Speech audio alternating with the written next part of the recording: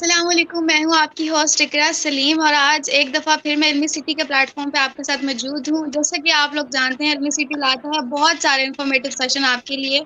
Same इसी तरह आज एक दफ़ा फिर हम एक ऐसी मालूमाती चीज़ लेके आए हैं इस स्टेज पे, इस प्लेटफॉर्म पे, जहाँ से आप लोग बहुत कुछ लर्न कर सकती हैं। इन केस मैं आपको ये भी बताऊं कि आज का जो हमारा टॉपिक है वो हर रोज़ के टॉपिक से हट के है।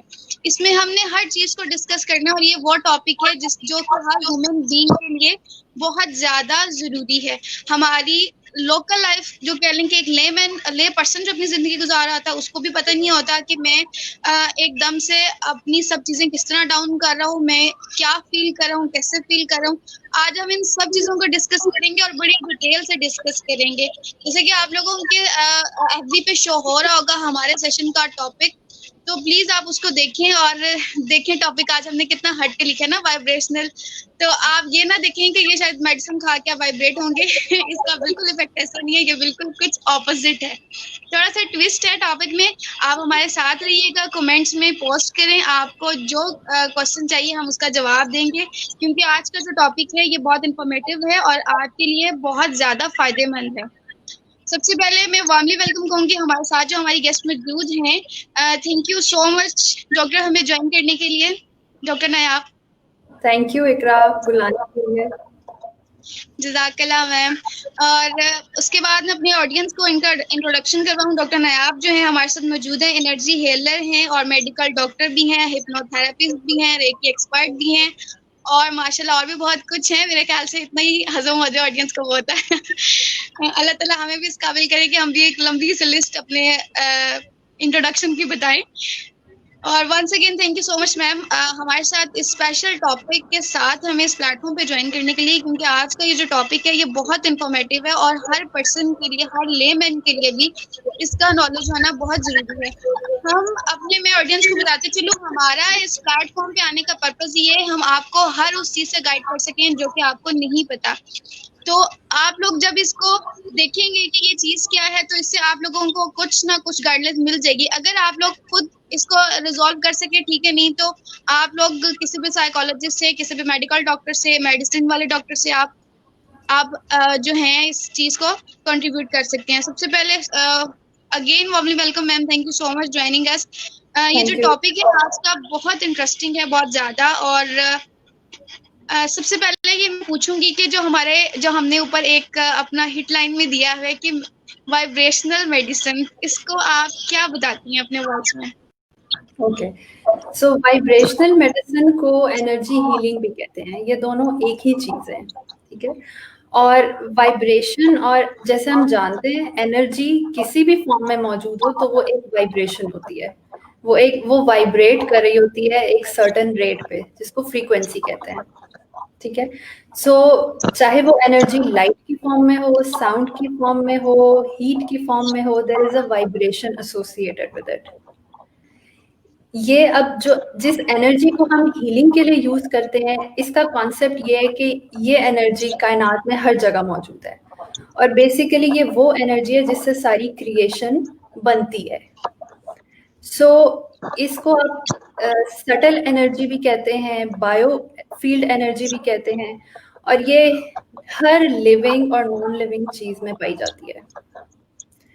यही एनर्जी फिर जैसे आप भी अवेयर होंगे साइकोलॉजी के फील्ड से लिंक लोग तो ज्यादा अवेयर हैं, बाकी लोग भी अवेयर होंगे कि आप किसी भी इंसान से जब मिलते हैं तो उस इंसान की एक एनर्जी होती है जिसको आप वाइब कहते हैं। इस इंसान की एक वाइब है, मुझे एक वाइब, अच्छी वाइब आई, बुरी वाइब आई।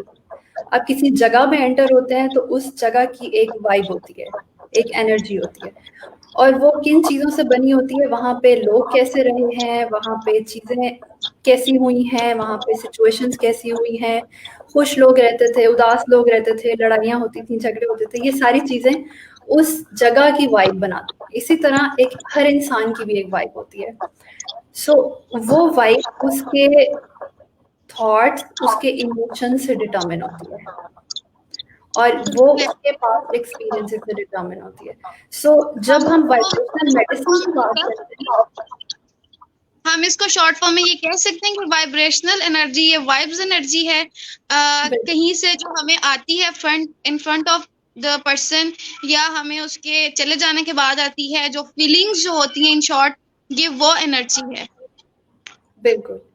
और इसी वाइब से जो है वो हम वाइब्रेशनल मेडिसिन इसको कहते हैं।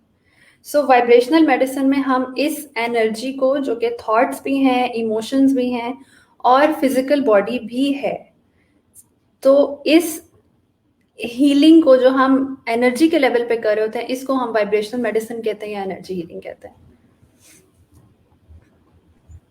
जी थैंक यू, बहुत अच्छी डेफिनेशन थी और ये बहुत अच्छे से क्लियर हो गया कि ये क्या है। डॉक्टर नायाब, मैं एक और क्वेश्चन इससे पूछना चाहूंगी कि जैसे अभी आपने बताया और मैंने भी शॉर्ट फॉर्म में इसको किया कि वाइब्स जो हमें आती हैं किसी सामने से, हम इसको वाइब्रेशनल एनर्जी कहते हैं। तो ये जो एनर्जी है, क्या ये हर ले पर्सन को फील हो जाती है, और ये कैसे फील होती है, ये फीलिंग्स क्या हैं, आप थोड़ा सा इनके बताएंगी? हाँ, ये हर इंसान में ये एबिलिटी होती है कि वो इस एनर्जी को फील कर सके। कुछ लोग ज़्यादा सेंसिटिव होते हैं तो वो ज़्यादा इजीली फील कर पाते हैं। कुछ लोगों की ये वाली सेंस थोड़ी सी डल होती है, तो उनको अगर वो फील करना चाहते हैं तो हो सकता है उन्हें थोड़ी सी मेहनत करनी पड़े उस पर। लेकिन ये कैपेसिटी, ये एबिलिटी हर इंसान के अंदर है कि वो एनर्जीज को परसीव कर सके, फील कर सके या रीड कर सके। आपने ये कहा कि किसी बंदे के अंदर ये कैपेसिटी जो है वो कम होती है, उसको ज्यादा एनर्जी लगानी पड़ती है, तो क्या ये हम इसको ये कह सकते हैं सिक्स सेंस होती है? जो लोग कहते हैं कि जी मेरी सिक्स सेंस जो है वो बहुत स्ट्रांग है, और कुछ लोग कहते हैं जी मुझे तो पता ही नहीं चला हुआ क्या। हाँ, ऐसे ही है। कह सकते हैं। हाँ, जो सिक्स सेंस होती है वो भी आपकी एक सेंसिटिविटी होती है to subtle things in the environment, जो आप सबकॉन्शियसली पिक कर रहे होते हैं, या आपकी बॉडी को चीजें फील हो रही होती हैं। ऐसी बातें जैसे आप किसी बंदे से मिले हैं और आपका आपका कोई काम है उससे, लेकिन आपको एक फीलिंग आ गई कि नहीं, ये बंदा ठीक नहीं है। सो आप उसको सिक्स सेंस कह लें, या आपने उसकी एनर्जी रीड की है, आपने सिचुएशन की एनर्जी रीड की है। सो यस, ये चीजें आपस में रिलेटेड हैं। बिल्कुल ठीक हो गया डॉक्टर नायाब। तो यहाँ पे मैं ये पूछना चाहूंगी कि जो लोग कहते हैं कि जी मुझे महसूस नहीं हुआ, हुआ क्या है, क्या चल रहा है, मुझे नहीं कुछ पता चलता, ऐसे क्यों होता है? कि मतलब सेंसेस तो फिर ये अगर हम देखें तो ये चीजें तो सबके अंदर है ना, नेचुरली तौर पे है ये। तो कुछ लोगों को हो भी जाता है और वो कहते हैं पता नहीं चलता, या वो फील ही नहीं करना चाह रहे थे उन चीजों को, उस इवेंट को। तो क्या ये सब सिचुएशन अकर कैसे होती है? इसका रीजन ये होता है कि आपका लॉजिकल माइंड अगर बहुत स्ट्रांग है तो वो इंट्यूटिव माइंड को सप्रेस कर देता है। यानी कि आप लॉजिक से आपने जो चीजें सीखी हुई हैं वो आप जब अप्लाई करते हैं ऐसी सिचुएशंस पे, तो आपका लॉजिकल माइंड कहता है नहीं यार, ये मुझे ऐसे ही लग रहा है, ऐसे तो कुछ नहीं। ठीक है। सो अगर जितना स्ट्रांग आपका लॉजिकल माइंड है, उतना ही चांसेस हैं कि आपका फीलिंग माइंड जो है वो थोड़ा वीक होगा। अगर आप एक सेंसिटिव इंसान है और इमोशंस को बहुत ज़्यादा फील करते हैं, तो आपका लॉजिकल माइंड थोड़ा कम होगा as compared to the feeling self. तो उन लोगों को ज़्यादा जल्दी पिक होती हैं वाइब्स।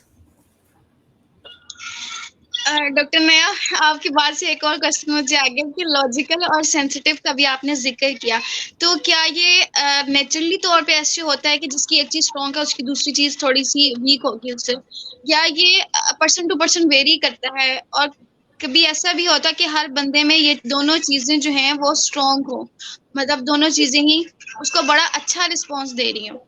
हाँ, सो आइडियली यही होता है कि आइडियली ये होना चाहिए कि दोनों लॉजिकल और फीलिंग माइंड दोनों बैलेंस्ड होने चाहिए। ऐसा नहीं होना चाहिए कि एक दूसरे को ओवरटेक कर ले। ठीक है। सो अब किसका लॉजिकल माइंड स्ट्रांग होगा या किसका फीलिंग माइंड स्ट्रांग होगा, दैट डिपेंड्स ऑन के उस इंसान की अपब्रिंगिंग कैसी हुई है। क्या उसकी कंडीशनिंग लॉजिकल हुई भी है, या जिस एनवायरनमेंट में वो रहा है, जिस घर में माहौल में वो पला बड़ा है, वहाँ पे इमोशंस को इम्पोर्टेंस मिलती थी या लॉजिक को ज़्यादा इम्पोर्टेंस मिलती थी। तो ये फिर हम इसमें साइकोलॉजिकली एक अहम फैक्टर मुझे यहाँ पे लग रहा है कि जैसे हम कहते हैं कि आपका फर्स्ट स्कूल जो है वो आपका घर है, ठीक है। तो आप अपने घर से जो चीज सीख रहे हैं तो उसमें आपके इमोशंस भी बहुत ज्यादा रोल प्ले कर रहे हैं। जैसे आपका सेंसिटिव और हम लोग बात कर रहे हैं, तो ये दोनों चीजें भी डिपेंड करती हैं कि आपके घर का एनवायरनमेंट किस तरह का, आपको ट्रीट किस तरह किया जा रहा है। आपकी, हम ये कह सकते हैं डॉक्टर ने आपकी इस बात में कि आपकी बात को वर्थ कितनी मिल रही है, जिसमें बच्चों की ये चीजें स्ट्रांग होती हैं। बिल्कुल ऐसे ही है। अब हमारे यहाँ यूजुअली ये होता है कि इमोशंस को इम्पोर्टेंस नहीं दी जाती, लॉजिक के हिसाब से चला जाता है, या जो सोशल या कल्चरल नॉर्म्स हैं जो हमने अडॉप्ट कर लिए हैं कि ये चीज़ें ऐसे ही होती हैं। अब हर इंडिविजुअल उन चीज़ों को डिफरेंटली रिस्पॉन्ड करेगा, क्योंकि हम सब डिफरेंट हैं। वो रिस्पॉन्स उसके फीलिंग सेल्फ में या फीलिंग माइंड में आएगा। सो इट इज़ इम्पॉर्टेंट कि उसकी फीलिंग्स को एक्सप्लोर किया जाए अगर हमने उसे एक हेल्दी इंडिविजुअल बनाना है। जितना एक इंसान अपनी फीलिंग्स के साथ इन टच होगा, वो उसको रिजॉल्व करता जाएगा। जैसे जैसे वो बड़ा होगा, एक्सपीरियंसेस से लर्न करेगा, वो अपने इमोशंस को बॉटल अप नहीं करेगा, सप्रेस नहीं करेगा, अपने सिस्टम के अंदर दबा नहीं देगा। जब वो सिस्टम के अंदर इमोशंस सप्रेस कर दिए जाते हैं क्योंकि उनको जगह नहीं मिलती है कि वो उनको एक्सप्लोर किया जाए, तो वो later on in life different psychological issues और फिजिकल इश्यूज बन के सामने आते हैं। बिल्कुल ऐसा ही है। मैं कुछ और कहने से पहले मैं अपने ऑडियंस से कहती चलूं कि हमारा आज का टॉपिक जो है वो एनर्जी हीलिंग से वाइब्रेशनल हीलिंग। हमने इसकी डेफिनेशन डॉक्टर ने आपने बहुत अच्छे से और बहुत ब्रीफली आप लोगों को बताई है। इससे रिलेटेड आप कोई भी क्वेश्चन, कोई भी क्यूरी कमेंट सेक्शन में पोस्ट करें, हम आपको हर आपकी क्यूरी का जो है वो जवाब देंगे। क्योंकि मैं पहले भी सेशन में कह रही हूँ अपने ऑडियंस को कि हमारा जो टॉपिक है ये हर पर्सन से रिलेटेड है, हर लेमैन से रिलेटेड है। कोई भी मसला हो, आपको कोई भी परेशानी हो, कोई बात समझ ना आ रही हो, आप प्लीज कमेंट सेक्शन में पोस्ट करें, हम आपको डॉक्टर नयाब से इसका आंसर लेके देंगे। डॉक्टर नयाब, ये यहाँ पे मैं एक कुछ साइकोलॉजिकल फैक्टर ऐड करना चाह रही हूँ। जैसे कि अब देखें कि अभी हम बात कर रहे थे कि घर वालों जो हमारा पहला स्कूल होता है, हम साइकोलॉजी बच्चों को भी यही कहते हैं, उनके पेरेंट्स को भी जब काउंसलिंग करते हैं कि आपका घर जो है ना वो बच्चे की पहली तरबियत गाह है जहाँ पे उसने हर चीज सीखनी है। तो यहाँ पे आप क्या कहेंगी कि पेरेंट्स अपने बच्चों को कितनी वर्थ दें, उनके इमोशंस को, उनकी फीलिंग्स को, उनके बिहेवियर को, और किस तरह से डील करें कि ये जो चीजें हैं ये हमेशा स्ट्रांग ही हो और आइडियल हो, ना कि यहाँ से हट जाएं थोड़ा सा। इसमें ये है कि बच्चे को हमारे यहाँ एक कॉन्सेप्ट ये है कि बच्चा एक पैदा हो गया है जब, तो उसको हमने मोल्ड करके कुछ बनाना है, राइट। इसका मतलब है कि वो जैसे पैदा हुआ है वो ठीक नहीं है। तो जैसे जैसे वो मतलब 1-2 साल की एज तक तो हम एक्सेप्ट करते हैं, जो उसकी मिजाज होता है, जो उसकी डिफरेंट बातें होती हैं या डिफरेंट एक्टिविटीज होती हैं, उसे एंजॉय करते हैं। लेकिन जैसे जैसे वो बड़ा होता है, फिर हमारी as a society and as parents उस पर जजमेंट आनी शुरू हो जाती है कि ये नहीं करो, वो नहीं करो, ये गलत है, वो सही है। एंड दैट इज़ फाइन, क्योंकि हमें सोसाइटी में रहना है तो हमें उसके साथ एडजस्ट भी करना है। बट उसमें जो इम्पोर्टेंट चीज़ ये है कि आपने अगर बच्चे को कुछ कहा है और उसके रिस्पॉन्स में उसका एक इमोशनल रिएक्शन है, बच्चे को बुरा लगा है, या बच्चा वो सुन के उदास हो गया है, या उसे गुस्सा आया है, या उसे डर लगा है, जो भी उसका इमोशन है।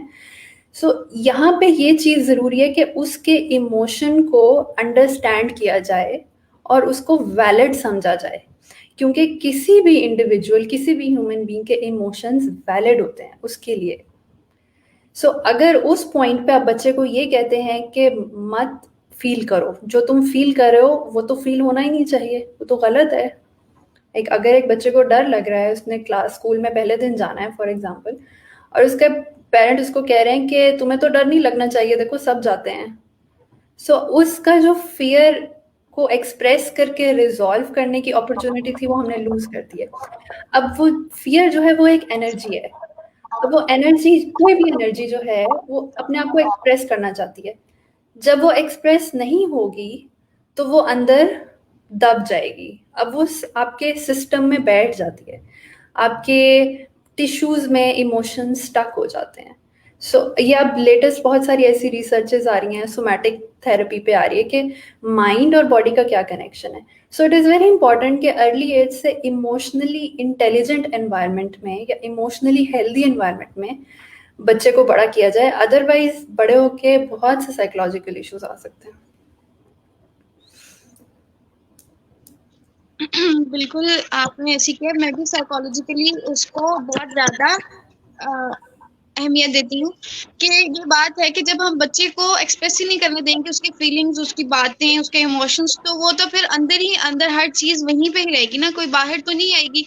और ना हम जान सकेंगे, पहचान सकेंगे अपने बच्चे को कि क्या चल क्या रहा है इसके अंदर, क्यों ये इतना डिप्रेस है, या क्यों इतना ये ओवर एक्साइटेड रहता है, क्यों ये इतना कह लें कि बैड बिहेव कर रहा है, और क्यों ये इतना सबसे दूर हट गया है। तो यहाँ पे मैं अब इकरा एक हम बात डिस्कस ऐड कर करना सकते हैं चाहूंगी कि कि हम जी जी लॉजिकली ये बात कन्वे तो कर देंगे, ठीक है। बहुत सारे पेरेंट्स हो सकता है सुन भी रहे हों इस बात को और वो इससे शायद एग्री भी कर रहे हों, लेकिन इसमें एक सबसे बड़ा हर्डल जो आता है वो ये आता है कि जब तक पेरेंट्स अपनी इमोशनल हेल्थ पे काम नहीं करेंगे, वो बच्चे की इमोशंस को वैलिडेट नहीं कर पाएंगे,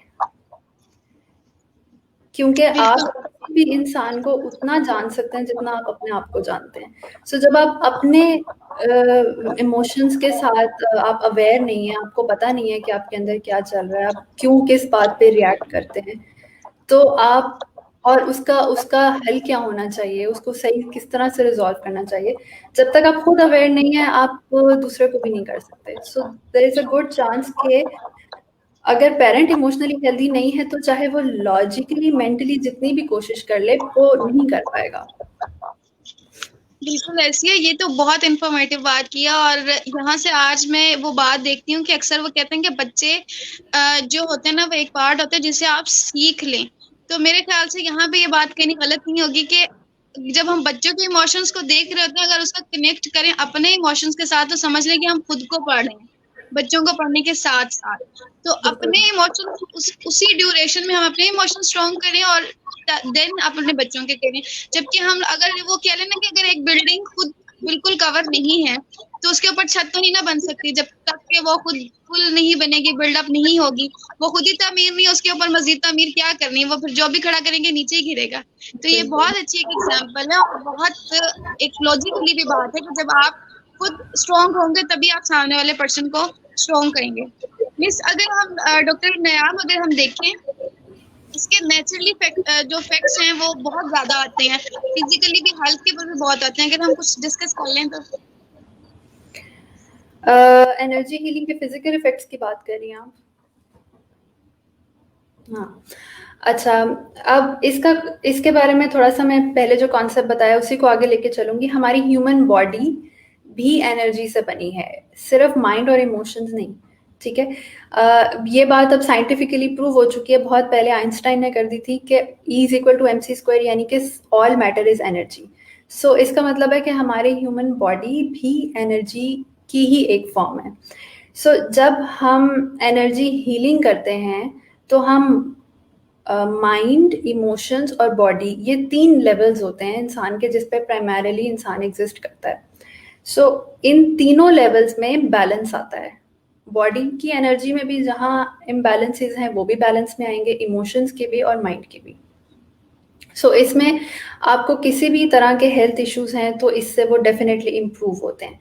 आपके एक्स एंड पेन्स हैं, जॉइंट पेन्स होते हैं, या क्रॉनिक इलनेसेस होती हैं, या इन्फेक्शंस होते हैं, कुछ भी, ये हर तरह की इलनेस में जो है वो आपके लिए हीलिंग काम करती है। बट ये डिपेंड करता है कि आपका प्रॉब्लम कितना पुराना है और कितने अरसे से आप एनर्जीज को सप्रेस करके अंदर बैठे हैं, ठीक है। क्योंकि अगर बहुत पुराना है, 20 साल से 25 साल से एनर्जीज इम्बैलेंस में रही हैं, कभी इमोशंस एक्सप्लोर नहीं हुए, जो था सराउंडिंग में एज इट इज़ एब्जॉर्ब कर लिया, कभी उसको मेंटली प्रोसेस नहीं किया, सो वो सारा जंक आपकी बॉडी में आके इकट्ठा हो जाता है। ये ऐसे ही है जैसे आपका वो समझ लें कि पानी का पाइप जो है, पानी का सिस्टम जो है वो ब्लॉक हो गया है, तो जब आपने उसको खोलना है तो हम थोड़ा थोड़ा थोड़ा थोड़ा पानी करके उसको स्टार्ट करते हैं, जैसे आप उसको फ्लश करें, वो ब्लॉकेज निकाल रहे हैं। और ये कह लें कि एक बहुत इम्पोर्टेंट रोल प्ले करते हैं हम इस काम में, कि जब हम उसको फ्लश करते हैं और आहिस्ता आहिस्ता उस पाइप को साफ करते हैं, ये कोई छोटा काम नहीं है। किसी के इमोशंस को, वो वाले इमोशंस जो कि बचपन से लेके उसकी यंग अडल्ट तक वो उसके अंदर ही कह लें कि एब्जॉर्ब है, और एब्जॉर्ब चीज को आप जब बाहर निकालते हैं, इट्स वेरी डिफिकल्ट टास्क। तो ये वाकई में बहुत मुश्किल है, और इसके लिए आप देखेंगे उसके पूरी जो उसकी लाइफ जो वो गुजार चुका है, कितनी ज्यादा इफेक्ट हुई होती है। मतलब मेरे ख्याल से अचीवमेंट तो उसने जीरो की होती है फिर अपनी लाइफ में, और फ्रेंड्स कॉल, सोशल सर्कल, हर चीज से बहुत पीछे होता है वो। अचीवमेंट्स की भी होती हैं, बहुत से ऐसे लोग भी होते हैं जो आप समझ लें सोशली बहुत ज़्यादा एक्सेप्टेबल मैं स्टेटस पे होते हैं। मतलब ये कह लें कि इस सेंस में कि मतलब सब कुछ लेके भी वो सब कुछ पीछे है। हाँ, आप उस तरह से कह सकते हैं, इमोशनल और फिजिकल वेलबींग नहीं होगी, लेकिन ऑन द सरफेस बाकी लोगों को चीज़ें अच्छी लग रही होंगी। बिल्कुल ऐसे ही है। हम्म। मैं एक क्वेश्चन में ऐड करना चाह रही थी, हमारे ऑडियंस से है कि how should I control my anger in front of my children at home. उसने कहा कि मैं टेम्पर ऑफन यूज कर लेता हूँ। Suggest me something. सो जैसे मैंने पहले कहा था कि बच्चों की इमोशनल हेल्थ पे काम करने के लिए सबसे पहले अपनी हेल्थ पे काम करना पड़ेगा। अब आपको इसमें एक्सप्लोर करना है कि आपको बच्चों की किस बात से गुस्सा आता है और क्यों, आपको क्या चीज़ ट्रिगर करती है। और वो जो ट्रिगर्स हैं वो आपके अपने अनप्रोसेस्ड इमोशंस हैं, जो आपके अपने लाइफ एक्सपीरियंसेस से, आपकी अपनी कंडीशनिंग से, आपके अपने बचपन से आपके अंदर बैठे हुए हैं। सो या तो ये है कि आपको बच्चे ही डायरेक्टली ट्रिगर कर रहे हैं, या फिर ये होता है कि आपको और जगह से आप ट्रिगर हो रहे हैं और बच्चा आपको लगता है कि वीकेस्ट पॉइंट है इन द लिंक कि इस पे निकाल सकते हैं हम और कहीं नहीं निकाल सकते। तो यूजुअली लोग बच्चों पे इसलिए गुस्सा निकालते हैं जो और कहीं नहीं निकल सकता, तो वो उधर निकलता है। सो इसके लिए आप इसका वन लाइन आंसर मैं यही दूंगी कि आप इसको एक्सप्लोर करें with the help of an expert, क्योंकि ये काम आप खुद नहीं कर सकते। बहुत मुश्किल है। या तो आप सालों की स्टडी लगाएं इस पे और समझें कि ह्यूमन साइकोलॉजी क्या है, और फिर आप इसको कर सकते हैं, या फिर आप किसी एक्सपर्ट की मदद से अपने इमोशंस को प्रोसेस करें।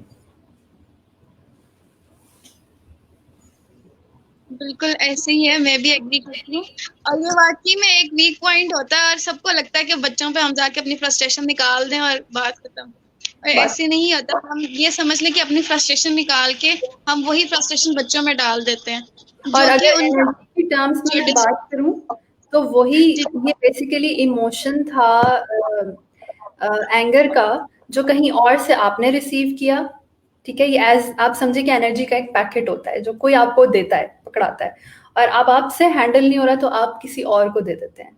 सो वो जब आप बच्चे को वो एनर्जी का पैकेट पकड़ाते हैं ना, अब वो कहीं नहीं निकाल सकता, या तो वो निकालेगा, ठीक है, या तो वो टैंट्रम थ्रो करेगा, मे बी गुस्सा करेगा इन रिटर्न, या रोएगा, या कुछ भी करेगा। हो सकता है कि वो उसको एक्सप्रेस करे किसी वे में, उसको रिलीज करने की कोशिश करे, लेकिन मोस्ट ऑफ द टाइम्स ये होता है कि हम बच्चे को नहीं करने देते। सही है। सो अब वो एनर्जी का पैकेट बैठ गया अंदर, सो अब प्रॉब्लम क्रिएट होती है। बिल्कुल ऐसे ही।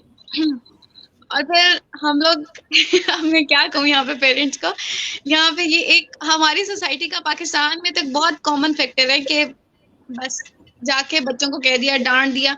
इनफेक्ट हम ये होता है, हम ये भी नहीं देखते कि हमारे जो बच्चे हैं वो सारा दिन के बाद हमें फेस कर रहे हैं, हमसे मिल रहे हैं, वो हमसे कुछ कहना चाह रहे हैं, कुछ शरारतें अपनी हमारे साथ करना चाह रहे हैं, लेकिन हम लोग बाहर से इतना एग्जॉस्ट हुए होते हैं, और हम लोग जाके सब बच्चों पे यहाँ हाँ, पे मैं और कहूँ इधर ये वही, एक्चुअली ये पेरेंट्स भी वही होते हैं जिनके साथ खुद भी बचपन में ऐसे ही हुआ होता है। सो चूंकि उनके अपने इमोशंस कभी प्रोसेस नहीं हुए और रिलीज नहीं हुए, तो जब वो बड़े होते हैं तो वो अनकॉन्शियसली वही इमोशंस दूसरों पे प्रोजेक्ट करते हैं, तो उसमें उनके बच्चे भी आ जाते हैं। सो ये एक चेंज चलती है फिर जनरेशनल। बिल्कुल ऐसे ही है।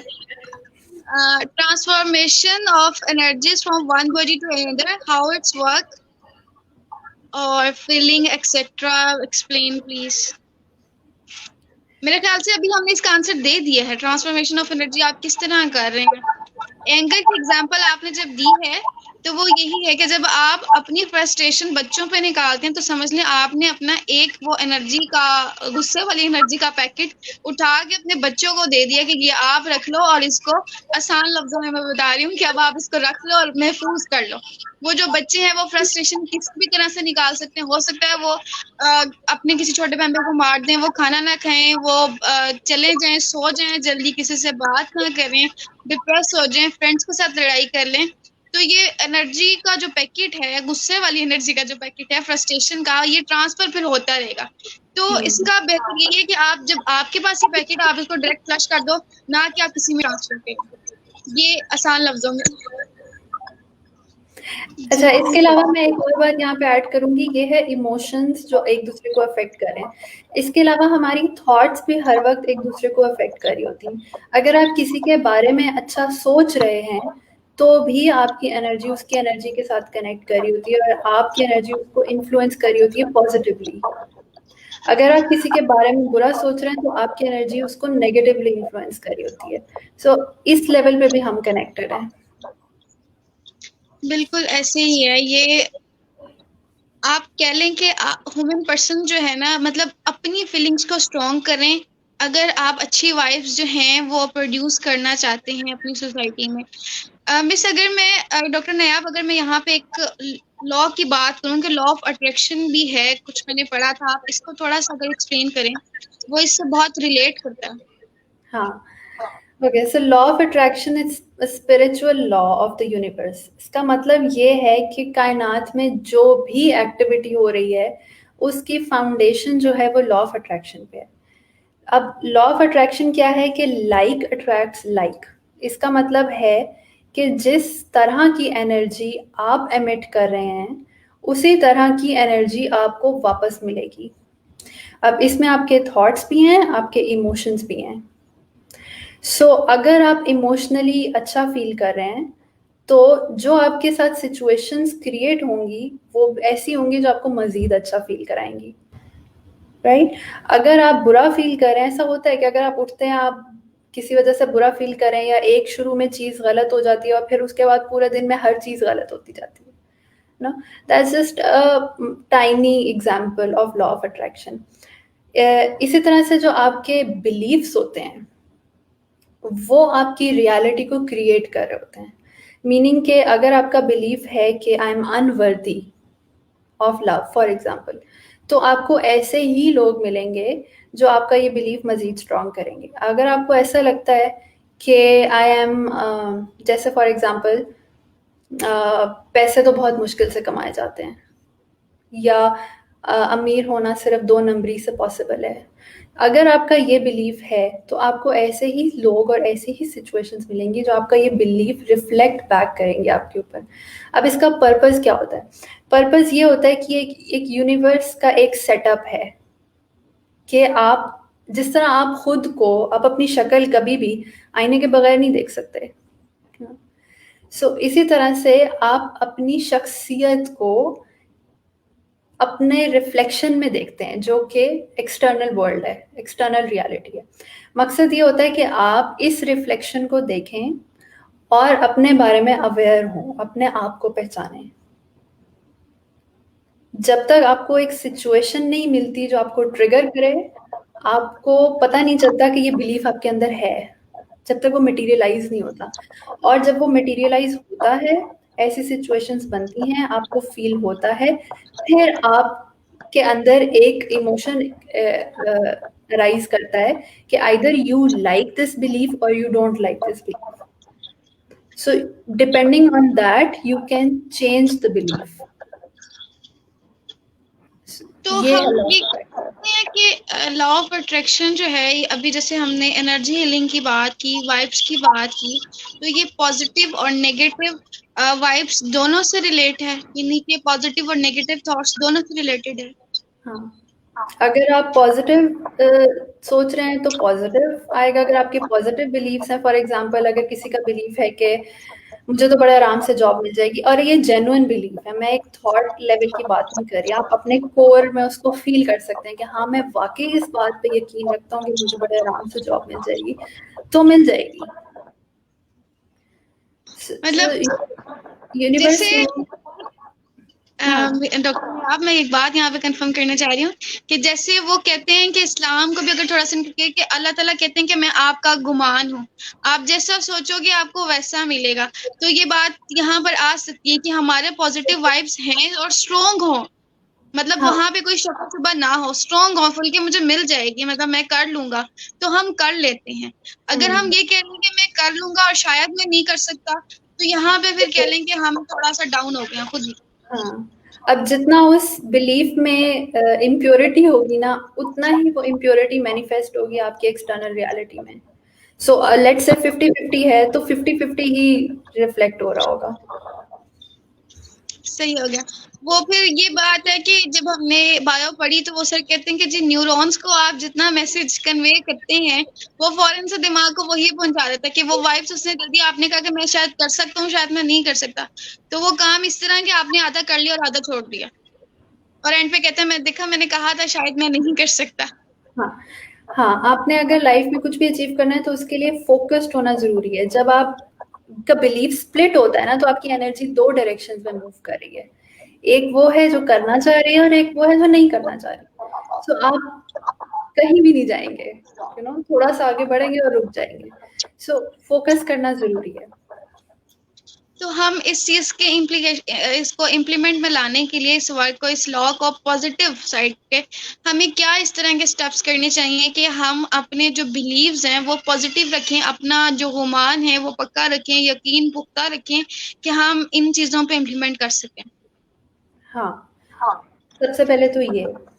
सेकेंडली, आपके जो बिलीव्स हैं, जो आप लॉ ऑफ अट्रैक्शन को यूज करके आप आइडेंटिफाई कर सकते हैं कि शायद अगर मेरे साथ बार बार यही सिचुएशन हो रही है तो हो सकता है कि मेरे सबकॉन्शियस में, मेरे लाशऊर में कोई ऐसा बिलीफ हो जिसकी वजह से ये हो रहा है। सो आप उस बिलीफ को एक्सप्लोर करें, फिर आप उस बिलीफ को चेंज करें।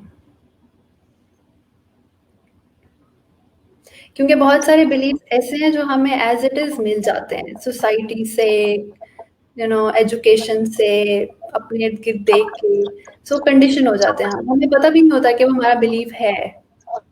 तो ये यानी कि पर्सन टू पर्सन वेरी भी कर जाते हैं बिलीव्स, और सिचुएशन के अकॉर्डिंग भी चेंज होते रहते हैं। जैसे हमारा इन्वायरमेंट चेंज हुआ तो हम नए लोगों से अट्रैक्ट हुए, नई चीजें हमें इंस्पायर कर दिया, तो हमारे बिलीव्स उनके अकॉर्डिंग चेंज हो गए। हाँ। सही हो गया। हमारे कमेंट में एक है कि please explain low and high energy states. Okay. Low energy state वो है जिसमें फ्रीक्वेंसी लो होती है, एनर्जी की फ्रीक्वेंसी लो होती है। हाई एनर्जी स्टेट वो है जिसमें फ्रीक्वेंसी ज़्यादा होती है। अब लो फ्रीक्वेंसी का क्या मतलब है कि जब energy is closer to matter, यानी कि एनर्जी इतनी हैवी और इतनी डेंस हो गई है कि उसकी मूवमेंट स्लो हो गई है। ठीक है, जब उसकी मूवमेंट स्लो हो गई है तो अब वो एनर्जी इतना फ्रीली फ्लो नहीं करेगी। ठीक है। सो आपके जो नेगेटिव इमोशनल स्टेट्स होती हैं वो लो फ्रीक्वेंसी स्टेट्स होती हैं। यानी कि आप ये खुद विद एक्सपीरियंस भी बता सकते हैं, जब आप सैड होते हैं आपका हिलने का दिल नहीं करता। ठीक है। जब आप फियर में होते हैं आप बिल्कुल सुकड़ जाते हैं। ठीक है। जब आप अशेम्ड होते हैं तो आप अपने आप को भी नहीं देखना चाहते, आप बिल्कुल ऐसे अंदर से इकट्ठे हो जाते हैं। सो ये जो सेंसेशंस हैं, ये एनर्जी, लो एनर्जी या लो फ्रीक्वेंसी स्टेट्स की सेंसेशंस हैं। सो आप किसी भी एनर्जी को, किसी भी इमोशन को फील करके बता सकते हैं कि वो लो एनर्जी है या हाई एनर्जी है। जब आप खुश होते हैं तो आप हाई एनर्जी होते हैं, आपका चलने फिरने का, उड़ने का दिल कर रहा होता है। ठीक है। सो ये आपको इमोशनल फ्रीक्वेंसी स्केल भी मिल जाएगा अगर आप इंटरनेट पे सर्च करना चाहें। ये फ्रीक्वेंसीज क्वांटिफाई भी हुई हुई है कि किस फ्रीक्वेंसी पे कौन सा इमोशन होता है। जी जी बिल्कुल ऐसे ही है। स्केल्स तो वैसे भी स्केल ढूंढना आसान बात भी नहीं होता। एज अ रिसर्च स्टूडेंट मैं ये भी बात मेंशन कर दूं, स्केल ढूंढना बहुत मुश्किल काम है। चलें अनदर टॉपिक। वैसे ये बात बहुत अच्छी है कि लो एनर्जी और हाई एनर्जी, और ये इंसान, मेरे ख्याल से ये जो वाइब्रेशनल हम लोग पढ़े हैं आज, ये वाइब्स जो हैं, ये डिपेंड करता है कि ये जो एक इंसान है वो खुद बता सकता है कि वो क्या फील कर रहा है। नॉर्मल मतलब, अब जैसे आपने लोअर एंड हाई एनर्जी की बात की कि मतलब जिसमें डिप्रेस और कह लें कि एक्स्ट्रा ऑर्डिनरी मैं खुश हूँ, तो उसमें मुझे पता चल गया। बहुत स्वेयर कंडीशंस वो होती हैं जहाँ पे जो पर्सन है वो रिप्लाई नहीं कर सकता, मतलब किसी को बता नहीं सकता कि मैं क्या फील कर रहा हूँ। तो इस तरह की सिचुएशन में हमें क्या करना चाहिए? जैसे अब अगर हमने अभी पहले भी बात की, एक पर्सन है जिसने अपने गोल्स अचीव कर ली हैं, लेकिन एनर्जी उसकी फिर भी डाउन है। सबको ये नजर आ रहा है कि वो एक बहुत हैप्पी पर्सन है अपनी लाइफ में, एक सक्सेसफुल पर्सन है, उसको तो किसी चीज की कमी नहीं है। लेकिन जब हम उसके साथ ट्रीट करते हैं या बात करते हैं, तो आप देखें कि वो बिल्कुल लो होता है, उसकी एनर्जी बिल्कुल डाउन होती है। तो इस तरह के केस में डॉक्टर नायाब हमें क्या करना चाहिए? ओके, सो इसमें सबसे पहले तो उस इंसान को आइडेंटिफाई करने की ज़रूरत है कि कुछ प्रॉब्लम है। बहुत सारे लोग हमारी सोसाइटी में इस स्टेट में हैं कि वो मशीन की तरह चले जा रहे हैं, वो एग्जॉस्ट हो चुके हैं, सुबह उठने का दिल नहीं करता और हर वक्त थकावट महसूस कर रहे होते हैं, लेकिन still they are not ready to explore their emotions. क्योंकि अगर वो उसको एक्सप्लोर करेंगे तो उनके लिए वो प्रॉब्लमैटिक हो जाएगा, क्योंकि वो एक ही बिलीव्स के अकॉर्डिंगली अपनी लाइफ गुजारते जा रहे हैं और सडनली उनको लगे कि नहीं, मेरी बॉडी तो कुछ और कह रही है कि मुझे कुछ और चाहिए, मैं ये नहीं करना चाहता और मुझे खुद को बैलेंस में लाने के लिए एक्चुअली जो मैं कर रहा हूँ इतने अरसे से, उसको शायद मुझे स्टॉप कर देना चाहिए या उसको करने का तरीका डिफरेंट करना चाहिए। सो ये एक डिनायल फेज में हम बहुत से लोग हैं, मैं भी इसमें रही हूँ पहले। इसमें से निकलने का तरीका ये है कि आप सबसे पहले तो एक्नॉलेज करें और एक्सेप्ट करें कि हाँ, प्रॉब्लम है, ठीक है। और ये मैं बड़े साइकोलॉजिकल इश्यूज की बात नहीं करी, वो तो हैं ही हैं, डिप्रेशन है, एंजाइटी डिसऑर्डर्स हैं, बहुत से प्रॉब्लम्स हैं, लेकिन जो एक आम इंसान की लाइफ में भी ये चल रहा होता है, जिसको ना वो एक्नॉलेज करता है ना उसके आसपास कोई एक्नॉलेज करता है। सबसे पहले तो उसको एक्नॉलेज करना ज़रूरी है। फिर जब आपने एक्नॉलेज कर लिया है, तो अब आपने अगेन अपने इमोशंस को एक्सप्लोर करना है और आपने ये फाइंड आउट करना है कि आप एक्चुअली आप ज़िंदगी से चाहते क्या हैं। क्योंकि अगर तो आप वो ही कर रहे हैं जो आप चाहते हैं, देन आप एग्जॉस्टेड नहीं होंगे। क्योंकि अगर आप अपने लाइफ अपने पर्पस के मुताबिक गुजार रहे हैं या आप अपनी लाइफ उन कामों को करके गुजार रहे हैं जो आपको वाकई खुशी देती हैं, तो आप एक हाई एनर्जी स्टेट में होंगे, क्योंकि आप हैप्पीनेस ले रहे हैं। Happiness is a high energy state. जब वो कंसिस्टेंटली इंसान एक ही एनवायरनमेंट में, एक ही जॉब में, एक ही स्ट्रेसफुल तरह से ज़िंदगी गुजार रहा होता है, तो वो हाई एनर्जी स्टेट उसको मिलती नहीं है या बहुत शॉर्ट लिव्ड होती है। छोटी छोटी अचीवमेंट्स होती हैं जिस पे आपको एक हल्का सा बूस्ट मिलता है, लेकिन जो डे टू डे लाइफ में आप एग्जॉस्ट हो रहे होते हैं, वो बूस्ट आपको नहीं मिलता। यहाँ पे इस पॉइंट पे आके आपको सोचना चाहिए कि आप अपनी लाइफ कैसे गुजारना चाहते हैं। आपकी नज़र में आपकी आइडियल लाइफ क्या होनी चाहिए, और ये सबके लिए डिफरेंट होगा। कोई भी दो इंसान ऐसे नहीं है जिनका सेम हो। इसको अपने एनर्जी को हाई करने का कोर मेथड यही है। बाकी जो है वो छोटे मोटे टिप्स एंड ट्रिक्स हैं जो आप कर सकते हैं, जो कि टेम्परेरी होते हैं। बिल्कुल ऐसे ही, ये बहुत कह लें कि सॉलिड पॉइंट है कि जब तक हमें खुद नहीं पता चलेगा कि हम चाह क्या रहे हैं, तो हम कभी किसी के सामने भी एक्सप्रेस नहीं कर पाते। चाह के भी हम कहते हैं नहीं ये नहीं, नहीं ये नहीं, नहीं ये नहीं, मैं ये नहीं बताना चाह रहा। तो क्योंकि हमारे अंदर जो पॉइंट्स होते हैं वही क्लियर नहीं है, हमें खुद नहीं पता कि हम चाह क्या रहे हैं, तो किसी के सामने भी हम फिर नहीं बता सकते। Thank you so much doctor Nayab. आज का टॉपिक जो था वो बहुत इंटरेस्टिंग और लर्निंग था, जिससे मैं कह लूँ कि मैंने खुद बहुत कुछ लर्न किया है और बहुत सारी नई चीज़ें सीखी हैं। और ये वो चीज़ें थी जो कि हम अपनी डेली लाइफ में एक्सपोजर करते रहते हैं, लेकिन हमें पता ही नहीं चलता कि चल क्या रहा है। तो आज के टॉपिक से शायद बहुत सारी चीज़ें सीखी और हमारे ऑडियंस ने भी बहुत कुछ सीखा है। और once again thank you so much doctor Nayab हमें ज्वाइन करने के लिए। Thank you so much Iqra, I enjoyed a lot, और thank you so much. In the end आप कोई मैसेज कन्वे करना चाहेंगे हमारे ऑडियंस को? हाँ, मैं ये कहूँगी कि प्लीज़ अपनी खुशी को प्रायोरिटी दें, जो हम नहीं देते। वो पाकिस्तानी कल्चर है, यहाँ पे और भी बड़ी सारी चीजें आ जाती हैं, उसको देख लो, हाँ, इसको देख लो, और खुद आपका को खुश साइड होना करो। ज़रूरी है। अक्सर यहाँ पे होता है कि जब लोग खुश होते हैं तो उन पे ऑब्जेक्शन किया जाता है कि इतना खुश क्यों नज़र आ रहा है, ऐसा खुश नहीं होना चाहिए। सो कुछ गड़बड़ है। सो खुश होना एक नॉर्मल चीज़ होना चाहिए। हमारे यहाँ गमगीन होना एक नॉर्मल चीज़ हो गया है। बिल्कुल ऐसे ही है। डॉक्टर नेहा, अगर आप ये देखें, आपकी बात से मुझे एक मिक्स याद आ गई है हमारी सोसाइटी की। कह लें जी, ये बहुत खुश हो रहा है ना, बहुत हंस रहा है, अब इसका मतलब है कि अब इसमें बड़ा दुखी होना है, तो वो हाँ, इंसान के दिल में एग्ज़ैक्टली। कपड़े हम डाल देते हैं कि ओए अब मैं रोऊंगा। हाँ, और नेचुरली भी आपके साथ कोई इंसिडेंट आ जाता है ना, तो हम सोचते हैं हाँ मैं उस टाइम इतना हंसा था इसलिए आज मैं रो रहा हूँ। हाँ, ये बात बिलीव्स की आगे यहाँ पर भी, कि हमारे बिलीव स्ट्रॉन्ग कर देते हैं इस तरह के लोग, और फिर हम लोग उसी चीज को मान लेते हैं। हाँ। चलिए, thank you so much doctor. इंशाल्लाह मैं उम्मीद करती हूँ आप नेक्स्ट इसी तरह के किसी अच्छे टॉपिक के साथ हमें एलएमसीटी के प्लेटफॉर्म पे जरूर ज्वाइन करेंगी। तब तक के लिए thank you so much and अल्लाह हाफिज एवरीवन। और किसी का अगर कोई क्वेश्चन रह गया हो तो आप इस कमेंट सेक्शन में पोस्ट कर दें, हम दोबारा से पढ़ के आपको जवाब दे देंगे, क्योंकि हमारे पास टाइम थोड़ा सा शॉर्ट होता है, तो इसलिए सेशन जो हैं वो सीक्वेंस से सीधे चल रही होती है, हम लोग यहाँ पे थोड़ा टाइम ज़्यादा नहीं ले सकते।